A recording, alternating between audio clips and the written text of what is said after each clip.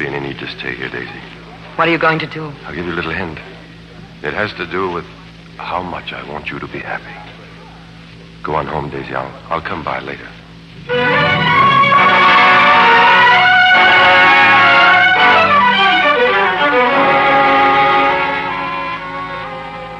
Well, Dan, you asked for this recess. Well, Baba, I think we all realize there's no sense in prolonging this sideshow. Dan, Please, Lucy.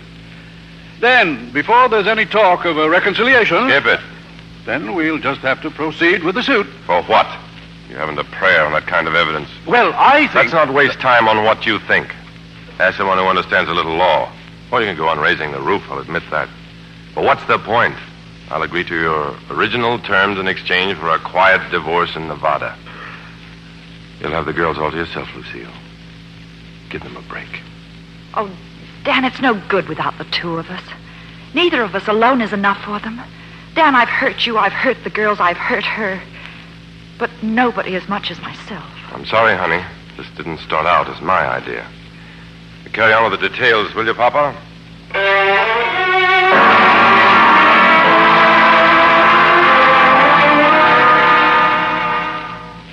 Very happy to see you, Pete. I've been trying to find you for 2 days. Been right here in New York, working on plans for a diesel fishing fleet. Oh, that's fine. All I want to know is if you still mean something you said at our last meeting. What did I say? That you'd be willing to bow out of your marriage any time Daisy gave the signal. I haven't seen Daisy. Am I being signaled? I want to marry her. I've taken the liberty of drawing up these papers. Naturally, Where Daisy... do I sign? You know, I'm completely baffled by you. Well, I don't pretend to be able to explain myself in detail, but just what is it that bothers you? I was pretty sure at one time that you were in love with Daisy. Who said I wasn't? Well, here you are giving her up without a murmur. The least you could do is give me that punch in the nose I once talked about. These papers, did Daisy prefer that I sign first? Well, no, not exactly. The fact is I haven't asked Daisy yet. Well, don't you think we ought to go through the formalities in their proper order? Sure. You think so? Why don't we phone her at Mary's apartment and go and see her? Fine. Why don't... Yes, Dan, I heard you. Thanks for calling me first. But I couldn't. No, I'm not up to that kind of civilized nonsense. Oh, please, Dan, don't bring Pete here and don't come yourself. I've just got to be alone for a few days. My work's piled up on me and Dan, I just can't talk. Now, I can't figure you out. Don't try, Mary. Well, you've been in love with Dan for so long, and now that he stopped the trial to save you... I just don't know what I want, that's all. It's about time I found out once and for all. I'm going away, Mary, back to the Cape. Now.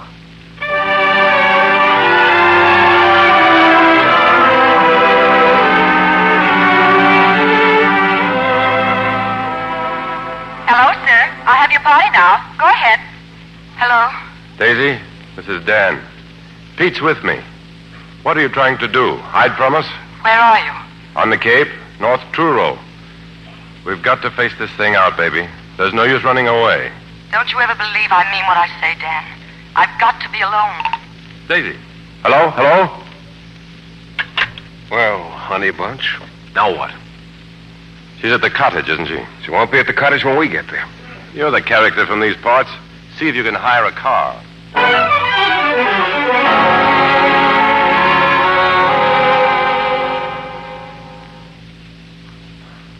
What time is it? How long have we been here? 3 hours. It's obvious she left right after we phoned.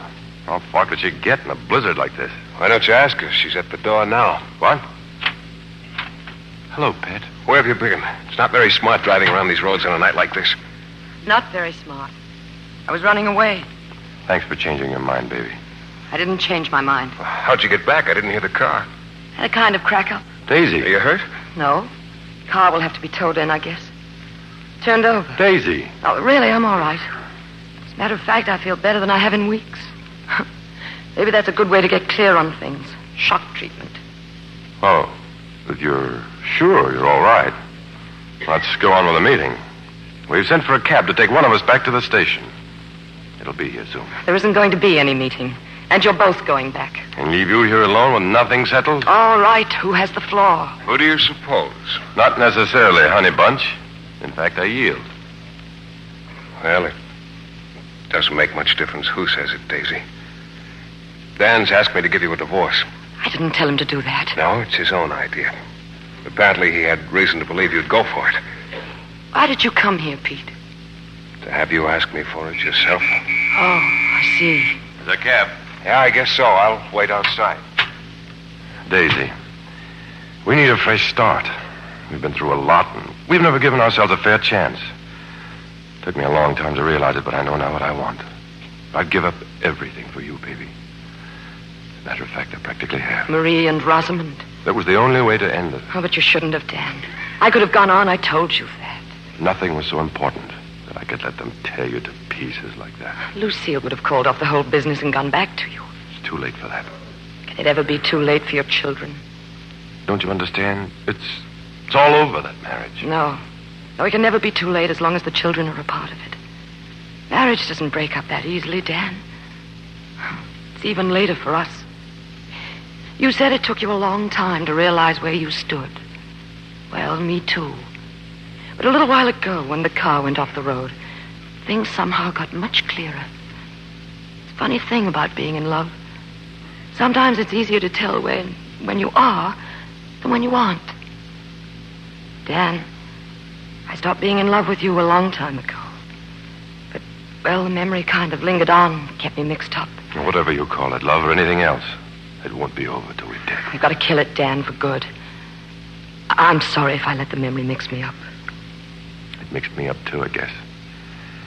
I was so sure. The things you put up with for my sake. Never would have worked. Really, darling.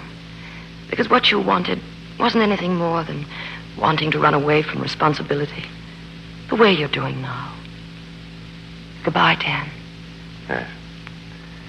I guess that's that. Maybe. So long, Daisy.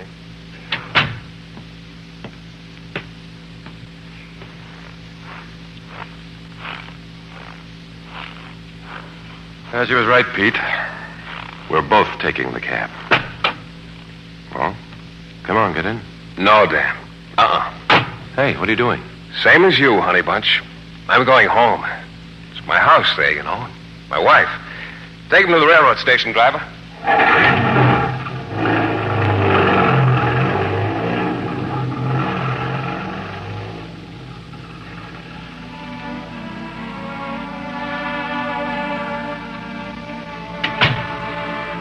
Pete?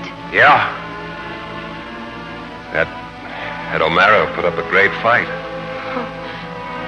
What do you know about fighting? When it comes to modern combat tactics, they're both babies compared to me. Oh, I love you, Pete. Now you know what happened to that hurricane that didn't have any place to go. Yes, Daisy. Now I know.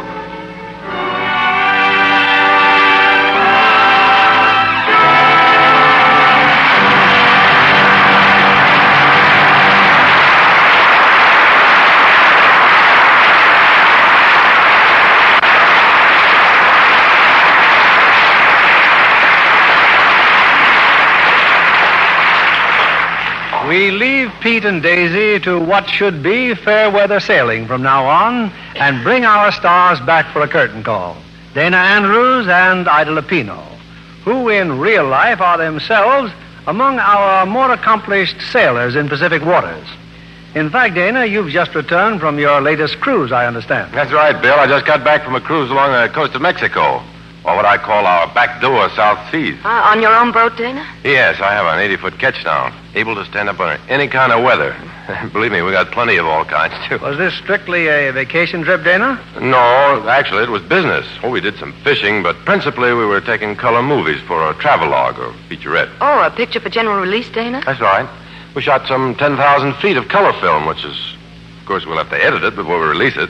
Those little-known waters of Mexico should have a lot of interest for the public. Of course, we feel so. The San Benito's Islands, for instance, where we got some wonderful action shots of those sea elephants, you know, the big 4,000-pound monsters. You don't find them in many parts of the world. So this is your first attempt at producing and directing pictures, huh, Dana? You planning any other films?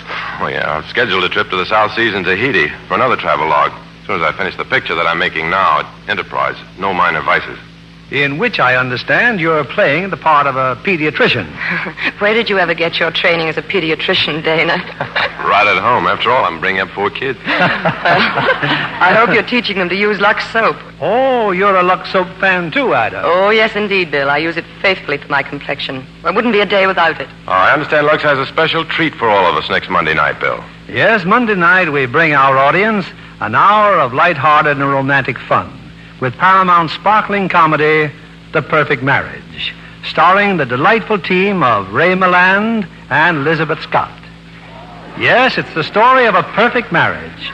Perfect, that is, until our curtain rises Monday night on sudden, boisterous complications. Well, the perfect marriage should be perfect for your listeners, Bill. Good night. Good night. Good night, and happy sailing to you both.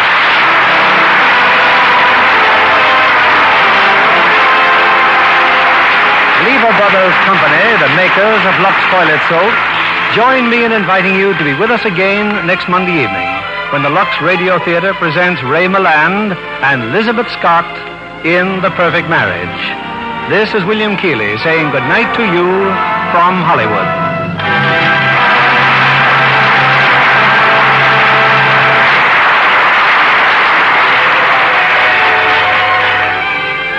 Ladies and gentlemen, I've been asked to remind you of a very serious appeal. An appeal for your help in fighting cancer, the deadliest enemy that this country knows. The toll of cancer has exceeded the fatalities of all the wars we've ever fought. And that toll is rising, not diminishing. There's only one way we can help combat it, by contributing as much as we can spare to our local offices of the American Cancer Society. Send in your contributions this week. Dana Andrews appeared through the courtesy of Samuel Goldwyn. Ida Lupino appeared by arrangement with 20th Century Fox, producers of Darrell F. Zanuck's Academy Award-winning picture, Gentleman's Agreement. Heard in our cast tonight were Ira Grossell as Pete, Frances Robinson as Lucille, and Bill Johnstone, Jerry Moore, Ann Carter, Herbert Butterfield, Robert Griffin, Irene Winston, Eddie Marr, and Truda Marson. Our music was directed by Louis Silvers. This program is rebroadcast to our men and women overseas through the worldwide facilities of the Armed Forces Radio Service. And this is your announcer, John Milton Kennedy, reminding you to join us again next Monday night to hear The Perfect Marriage with Ray Milland and Elizabeth Scott. Pepsodent won by 3-1. Yes, in a recent survey, families throughout America compared new Pepsodent toothpaste with the brands they'd been using at home. By an overwhelming average of 3-1, they preferred new Pepsodent with Irium over any other brand they tried. They said new Pepsodent toothpaste tastes better, makes breath cleaner, makes teeth brighter. Yes, with families who made comparison tests, Pepsodent won by 3-1. Be sure to listen next Monday night to the Lux Radio Theater presentation of The Perfect Marriage with Ray Milland and Elizabeth Scott. Stay tuned for My Friend Irma, which follows immediately over most of these stations. This is CBS, the Columbia Broadcasting System.